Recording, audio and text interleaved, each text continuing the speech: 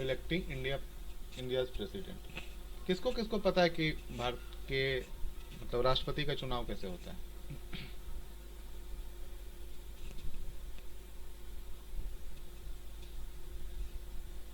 बताओ कोई। गौरव।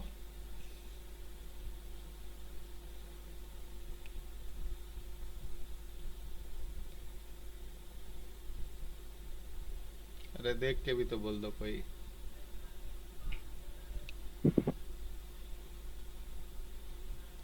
सर, एकल संक्रमणी पद्धति द्वारा होता है।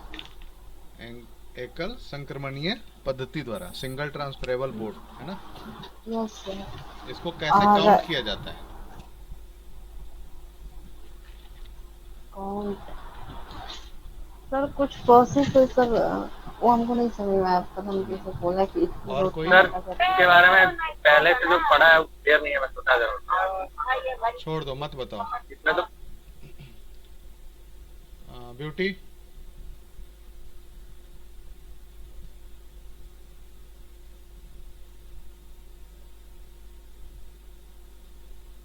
सबसे पहले जो the Indian president is elected through an electoral college system, है ना?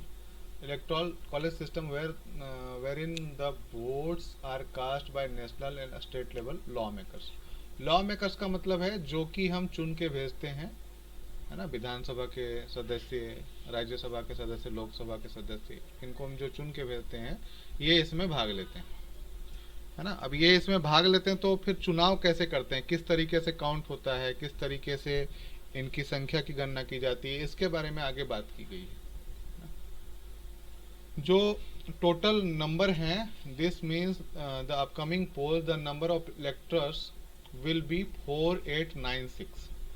543 Lok Sabha MPs, 233 MPs of Rajya Sabha and 4120 MLA of all states including non-national capital territory Delhi and union territory of Puducherry. ठीक है।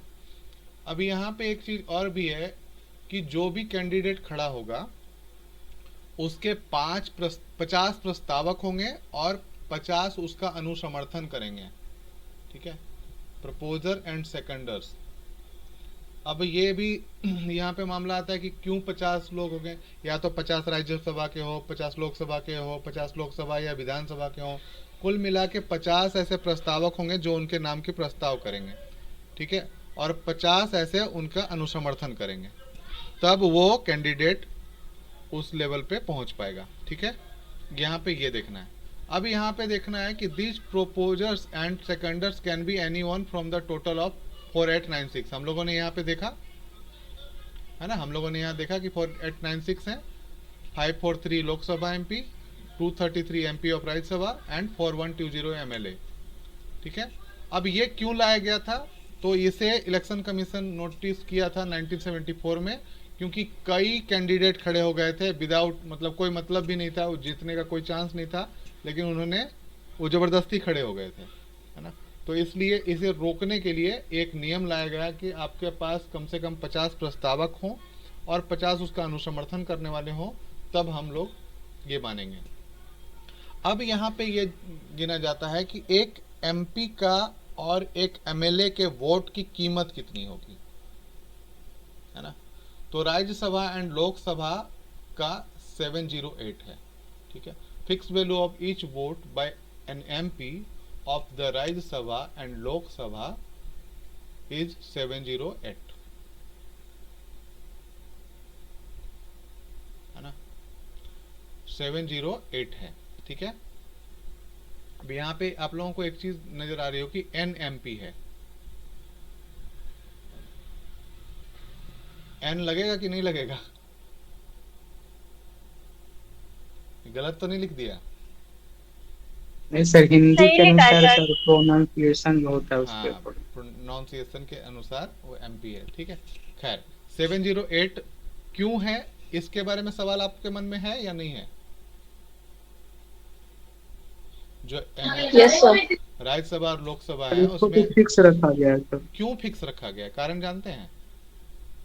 नहीं सर। 1971 में जो जनसंख्या थी पूरे भारत की, और इनकी जनसंख्या को भाग दिया गया है, उसके बाद 1000 से और भाग दिया गया है, और ये कुल मिला के निकल के कितना आया? 708। जैसे एमएलए वाला किया गया है वैसे ही इसका बिल्कुल, उसको मतलब उसी टाइम किया गया कर था दिया और गया। उसके बाद बदला नहीं गया अभी। 1971 सेंसस के अनुसार ही 1971 अभी भी सेंसस चल के रहा अनुसार, है ना। ये 2026 के बाद बदल सकता है, अभी है। नहीं। जी जी। ठीक है। इसी तरीके से यहाँ पे भी ये जो मेंबर वाला नंबर है उसमें भी ऐसे ही काउंट किया जाता है। तो ये समझ में आ गया ब्यूटी तुमको? एमएलए का भी Yes, काउंट sir. इसी तरीके से किया जाता है। कैसे बताओ? जैसे यहाँ पे लिखा गया है, Uttar Pradesh for instance has the highest vote value for each of its MLA at 208। कैसे निकाला होगा 208?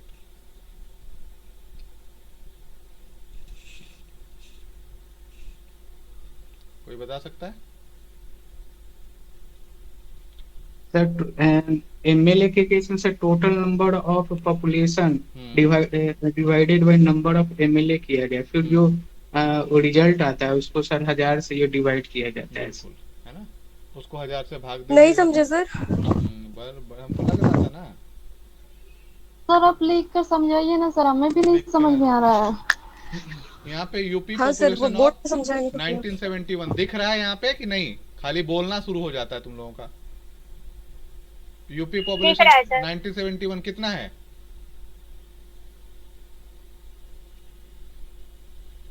कितना है?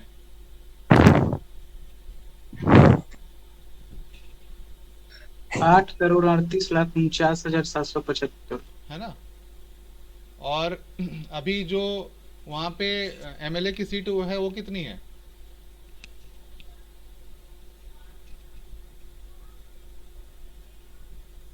$403। ठीक है, इज इक्वल टू इतना आया। अब इसको 1000 से फिर से भाग देंगे, इज इक्वल टू कितना आया?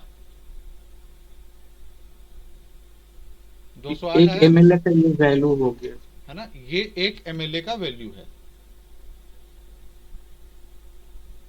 जितना पॉपुलेशन है उसको टोटल एमएलए के मतलब संख्या से भाग दे देंगे, तो ये उसके बाद फिर 1000 से भाग देंगे, तो ये जो हमारे पास निकल के आएगा ये एक एमएलए की वैल्यू है। अब महाराष्ट्र में सीटों की संख्या कितना है?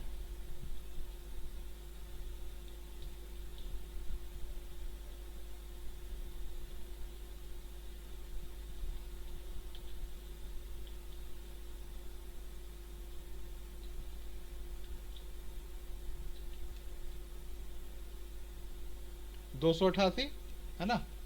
अब हम फिर से यहाँ कैलकुलेट करेंगे। यहाँ पे कितना है महाराष्ट्र की संख्या? 50, 412, 240 भागा कितना आएगा? कितना था? 288 इज इक्वल टू इतना, फिर भागा देंगे किससे? 1000 से, इज इक्वल टू कितना आया? 175। अब देखो यहाँ पे कितना है महाराष्ट्र का? The value of 1 MLA vote in Maharashtra is 175।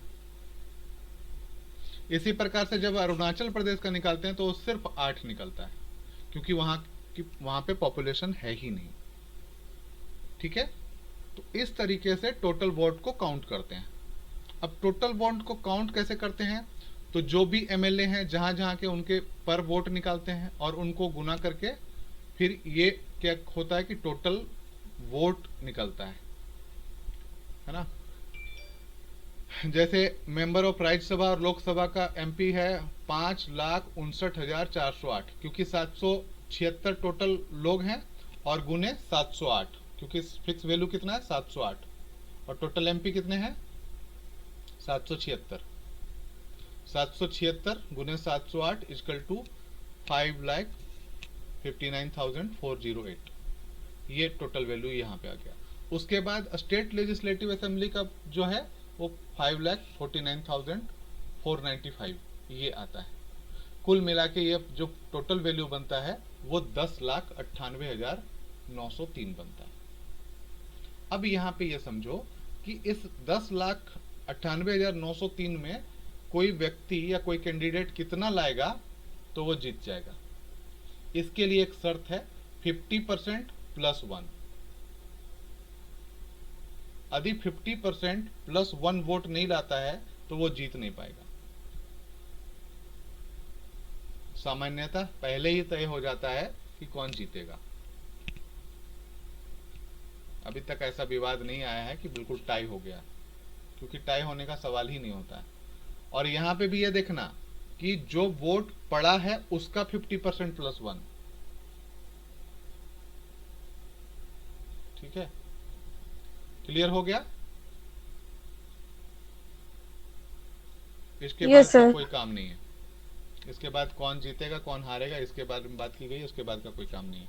यहां तक ही था।